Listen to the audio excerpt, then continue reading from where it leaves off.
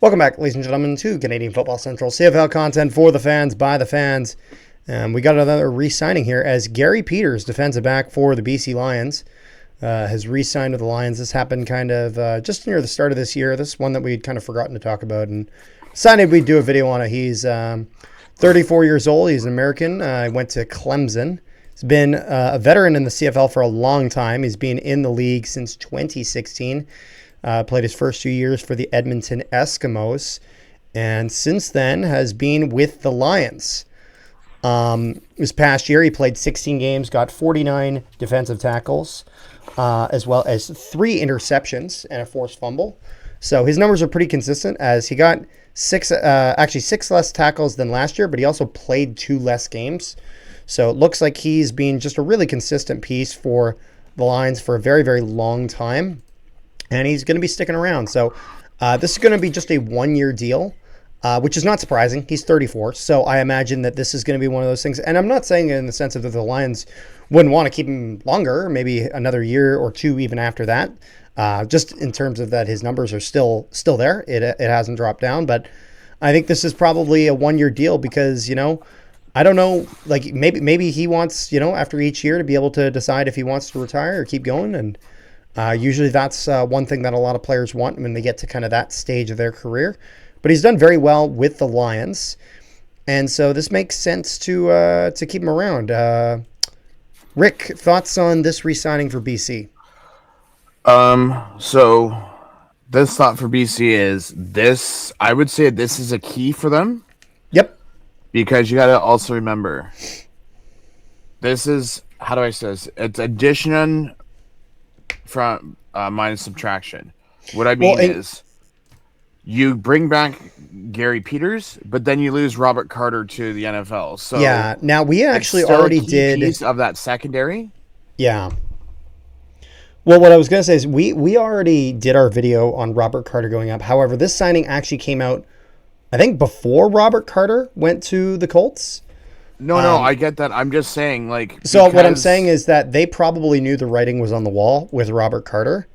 And so, not that necessarily they weren't going to do this, but I think this became a higher priority at that point.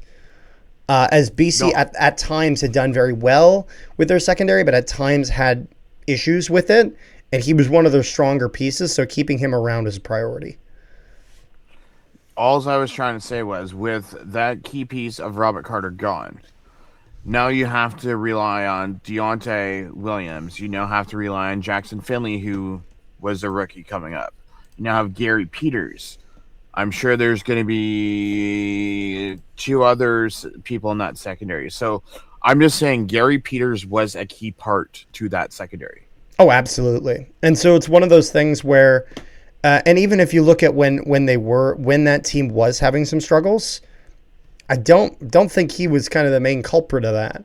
I think he was a guy kind of stopping the bleeding, if anything. And so that's where the Lions, though, I think having a good secondary is a priority for them. I mean, if you look at like their game that they lost in that West final, all they had to do was hold out for a little longer, and they couldn't. You know what I mean? And I'm not blaming this entire game on their second. I'm not. I want to make that very clear. But what I'm saying is that Saskatchewan team was so determined to get down, and the secondary just couldn't stop that pass. They couldn't. And so it's one of those things, though, it shows how good secondary is incredibly important. This guy's a talented piece, and so it makes sense that the Lions are holding on to him. All in all, I think this is a decent move. Again, he had played, even if we look back to his college days, it's been a while since then, but he had played from Clemson from 2010 through 2014. Clemson at that time, they were kind of a mid-ground ACC team. Not the best, not the worst. Certainly not national champion Clemson Tigers, but certainly not the worst version of them either. But even in his junior year, he had gotten 3 interceptions, so done decent there. Played some seasons with Edmonton, but really, really hit his stride once he got over to BC. And with that, he's just been a consistent piece for their course for the past 8 years. So good on him, and congratulations to Garry Peters on the new contract for another year. Is there anything else you got there, Rick? No. All right, well, thank you guys so much for tuning in. Make sure you guys leave a like, share it around, and subscribe if you haven't already. Also, if you guys haven't, make sure you guys join our Discord. Link in the description below to our Discord. We discuss all things CFL, NHL, all sorts of sports stuff, so make sure you guys go there and keep the conversation going. Thank you guys so much for tuning into this video. We'll see you guys next time.